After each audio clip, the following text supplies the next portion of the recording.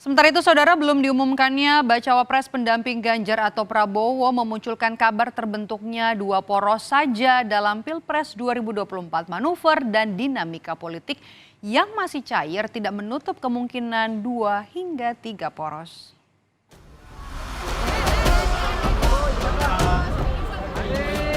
Pilpres semakin dekat, kabar dua poros pun semakin mencuat.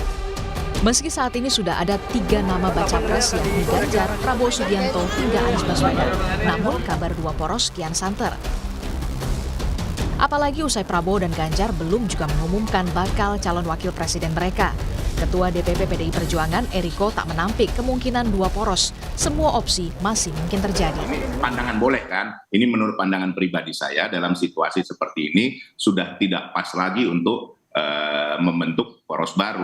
Malah porosnya dari 3 menjadi 2 itu mungkin. Nah, itu dia tuh menarik. Tidak mungkin membuat poros baru, bahkan bisa jadi bukan tidak mungkin ya, sudah sangat kecil kemungkinan. Oke. Gitu. Pendapat PDIP tak sepenuhnya diamini parpol pengusung Prabowo. Ketua DPP Partai Golkar Dev Laksono menyebut pembahasan soal ini harus dibicarakan bersama, jangan sampai ada yang kecewa. Iya. Satu poros. Iya. Ya tadi seperti yang disampaikan oleh Bang Eriko ataupun Prof Karim ya, di dalam politik Indonesia ini kan di atas possibility-nya sangat kencang, sangat kuat. Jadi ya dan juga semuanya kan menginginkan kemenangan. Nah, tergantung diskusi akhirnya saja. Tapi kalau saya sih meyakini bahwa langkah apapun diambil oleh para calon presiden ini pasti akan melibatkan para mitra koalisinya, apalagi di dalam koalisinya Pak Prabowo ini kan sudah cukup besar. Ada partai-partai besar di baik parlemen ataupun non parlemen yang tergabung di dalam situ. Jadi sebelum membuat satu keputusan, apalagi keputusan yang sangat strategis, pasti akan dibahas terlebih dahulu karena tidak ingin ada kekecewaan dan kekisruhan yang menyebabkan seperti misalnya kemarin Demokrat hengkang dari koalisi perubahan. Namun soal 3 atau 2 poros tampaknya sudah diantisipasi oleh koalisi perubahan pengusung Amin alias Anies Mohaimin. Pasangan Amin mengantisipasi semua kemungkinan. Kemungkinannya kan tinggal 2, 3 poros atau 2 poros.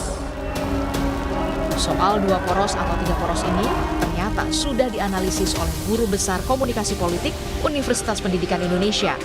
2 atau 3 poros masih mungkin terjadi. 3 jadi 2 sangat mungkin. Sebab apa? Dari tone nada politik, bahasa politik, itu kan hampir sama. Pak Prabowo adalah satu-satunya baca pres yang paling nyaring menyuarakan, meneruskan kinerjanya Pak Jokowi.